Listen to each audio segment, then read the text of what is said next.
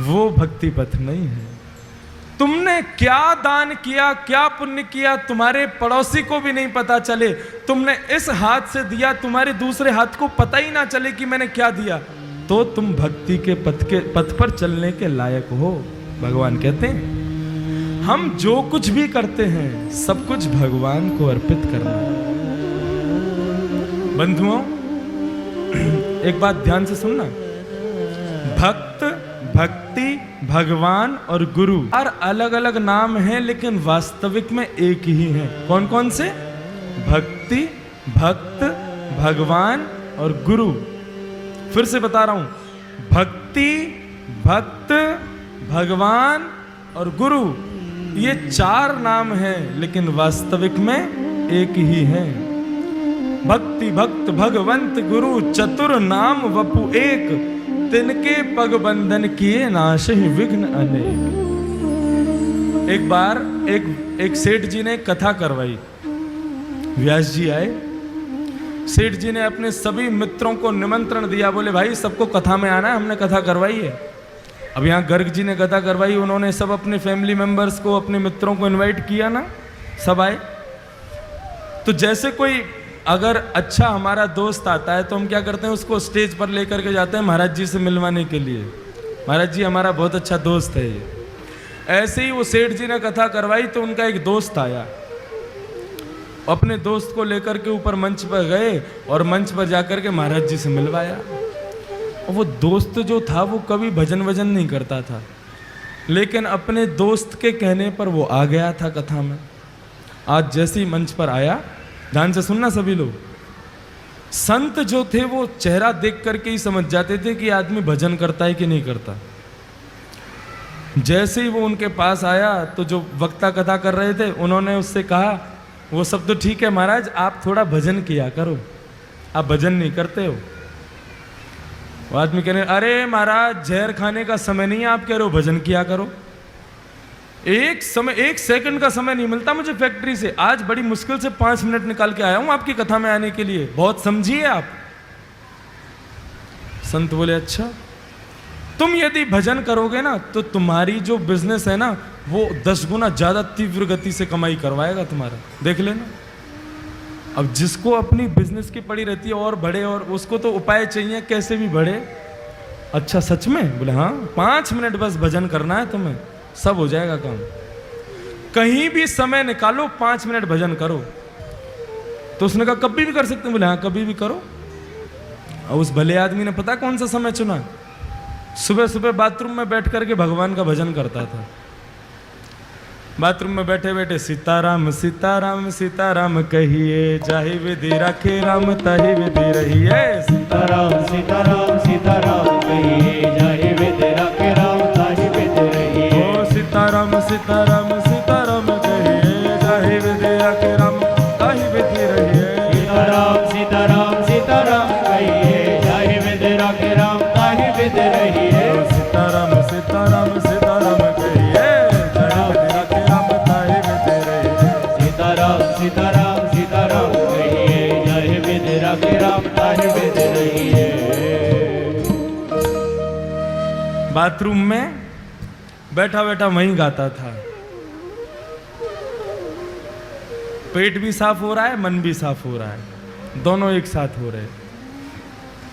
अब हनुमान जी का एक नियम है, जहां कहीं भी भगवान के भजन कीर्तन चलते हैं, प्रभु चरित्र सुनवे को रसेरा, प्रभु चरित्र सुनवे को रसिया। ओ प्रभु चरित्र सुनवे को रसेरा। ओ प्रभु चरित्र सुनवे को रसिया। और राम लखन सीता मन बसेरा। राम लखन सीता मन बसिया।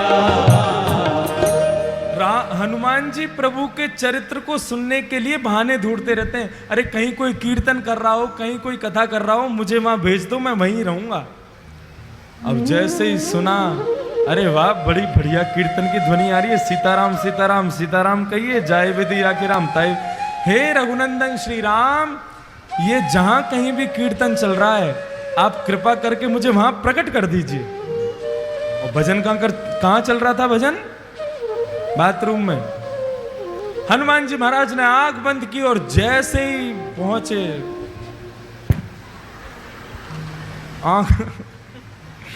आंख खोल करके देखा, हनुमान जी महाराज का पूरा दिमाग खराब हो गया। क्या कर रहा है भाई? बोले भजन कर रहा हूं। ये जगह मिली थी तुझे भजन करने की? एक तमाचा मारा खींच करके उसको, रुक जा तेरी शिकायत करके आता हूं अभी राम जी से, कभी भी तुझे वैकुंठ नहीं बुलाएंगे अपने पास में। हनुमान जी का ऐसा दिमाग खराब हुआ, सीधे भगवान। अब इसका मतलब ये मत सोचना सुबह सुबह आप भी कहीं भी कर लो भजन, तो कोई बात नहीं है। हनुमान जी महाराज सीधे राम जी के पास पहुंचे। राम जी के दरबार में जैसे ही पहुंचे, राम जी महाराज बड़े दीनहीन सा मुख बना करके दर्द के मारे करा रहे थे, बैठे थे चुपचाप। हनुमान जी महाराज बोले, मेरे रघुनंदन श्री राम, मेरे प्यारे श्री राम, आपको मैं प्रणाम करता हूं। प्रभु आज एक आपको बड़ी बड़ी विचित्र बात मुझे बतानी है आपको। राम जी बोले, हाँ बताओ। नहीं पहले आप बताओ, आप इतने उदास क्यों हो? नहीं कुछ नहीं, ऐसा कुछ नहीं। नहीं प्रभु बताना तो पड़ेगा आपको। अरे भाई बोला ना कुछ नहीं। प्रभु आपको मेरी सौगंध, बताइए ना क्या बात है। मैं आपको दुखी नहीं देख सकता, आप एक बार बताइए तो सही क्या कष्ट है। राम जी बोले, हमारी पीठ में बहुत तेज दर्द हो रहा है। बोले क्यों? बोले स्वयं खुद ही देख लो। जैसे ही पीछे पीठ के पास गए, हनुमान जी बोले कहां देखना है? बोले हमारा अंग वस्त्र हटाओ। अंग वस्त्र जैसे ही हटाया महाराज, बानर के पंजे का निशान बना हुआ था वहां पर।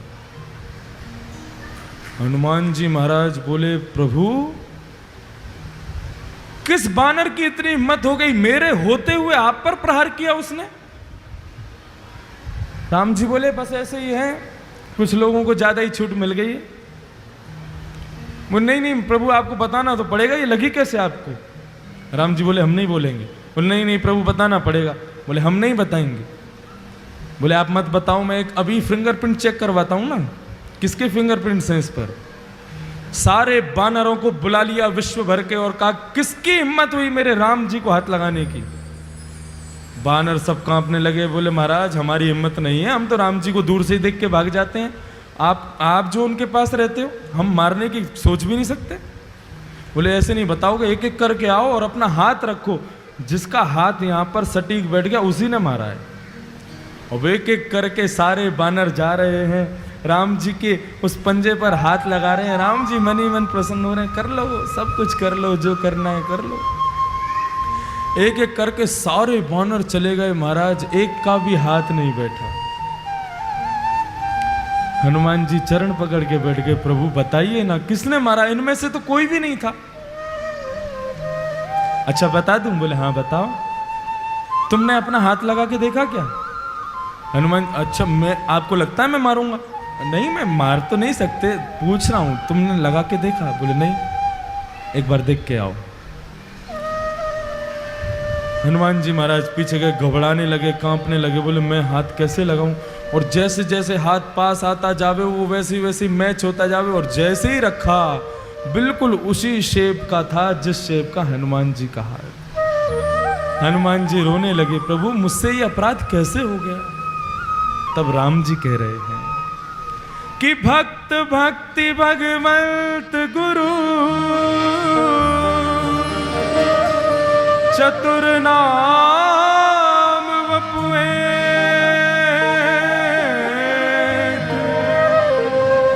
तिनके पग वंदन किए,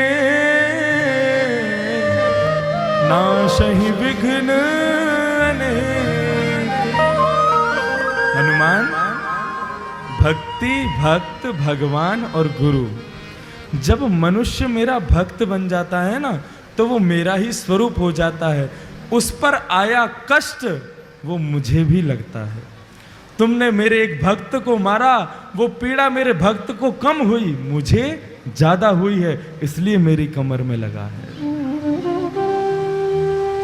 बंधुओं, भगवान कहते हैं जब व्यक्ति सर्वस्व मुझे अर्पित कर देता है तो उसका दुख मेरा दुख है, उसका सुख मेरा सुख है, उसका आनंद मेरा आनंद है। और वही भक्ति पथ का पहला स्वरूप है।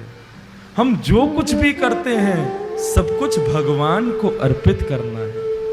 फिर दुख की घड़ी में भी वो तुम्हारे साथ है, सुख की घड़ी में भी वो तुम्हारे साथ है। ये भक्ति पथ का पहला मार्ग समझ में आ गया सब लोगों को। हम जो कोई भी पुण्य करते हैं, एक बार मुख से यदि हरि नाम भी निकलता है तो भी भगवान से कहो प्रभु मुझे इसके बदले कुछ नहीं चाहिए, आप रखिए। भगवान की दरबार में तीन चीज हमेशा याद रखना, तुच्छ, कुछ और सब कुछ। हमारे घर पर कोई मांगने वाला आ जाता है तो हम अपने घर की सबसे तुच्छ वस्तु उसको देते हैं, देते कि नहीं देते? लेकिन हमारे घर पर, हमारे बिजनेस में, हमारी फैक्ट्री में काम करने वाले लोगों को होली दिवाली हम कुछ ना कुछ तोहफा देते हैं, कुछ देते हैं।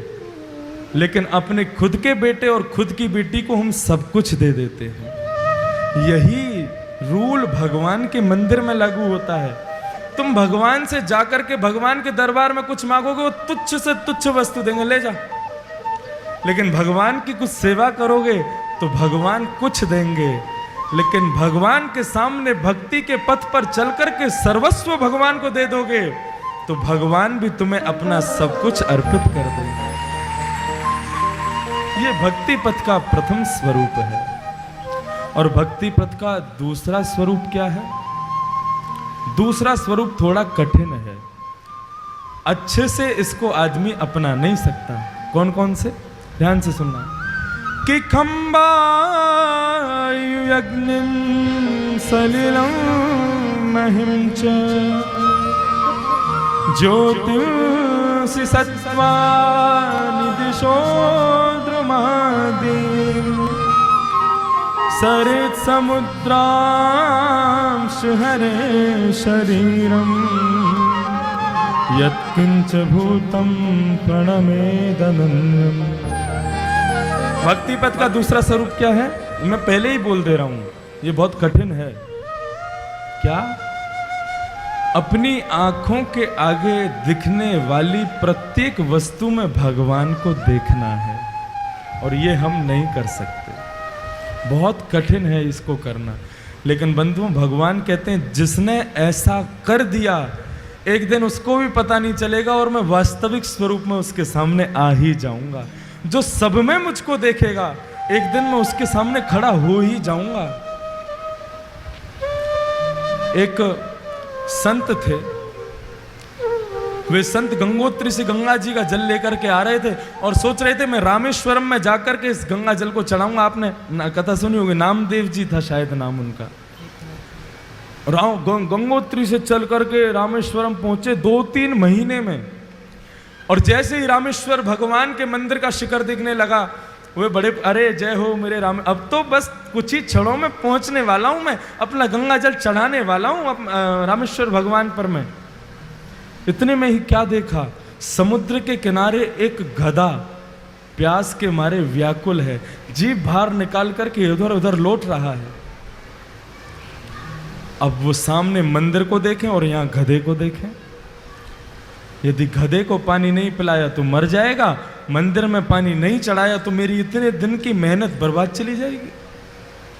नामदेव जी ने सोचा, सब घट मेरा साइया, वो ईश्वर सब जगह विद्यमान है। अपने 3 महीने की सारी तपस्या को उन्होंने व्यर्थ कर दिया और गंगा जल के उस ढक्कन को खोल करके गधे के मुख में डाल करके रामेश्वर भगवान के शिखर को देख करके कहा, हे रामेश्वर भगवान, आप मेरे इस गंगा जल को यहीं से स्वीकार कीजिए। और जैसे ही गंगा जल गधे के मुख में गया, देवाधिदेव महादेव शंकर भगवान प्रकट हो गए। बोलो रामेश्वर भगवान की जय। सब में भगवान को देखना, ये भक्ति पथ का दूसरा स्वरूप है। बंधुओं, हमारी कथा है रामेश्वरम में 21 दिसंबर से 28 दिसंबर तक। और आपको बताएं, दिल्ली से बहुत लोग जा रहे हैं, हमारा पूरा गर्ग परिवार भी वहां पहुंच रहा है, आ रहा है। आप भी जो लोग आना चाहें, या तो हमारे पंडित जी से मिल लें, हमारे ऑफिस में बात कर लें, या फिर गर्ग जी से कह देना, अब तो गर्ग जी हमारे घर के से ही हैं, आप उनको कह देना हमें भी चलना है, तो वो आपकी वहाँ की बुकिंग हम हमारे द्वारा करवा देंगे। वहाँ तो भाई राम और शंकर जी का मिलन हुआ था, लेकिन इस बार दिसंबर में कृष्ण और शंकर जी का मिलन होगा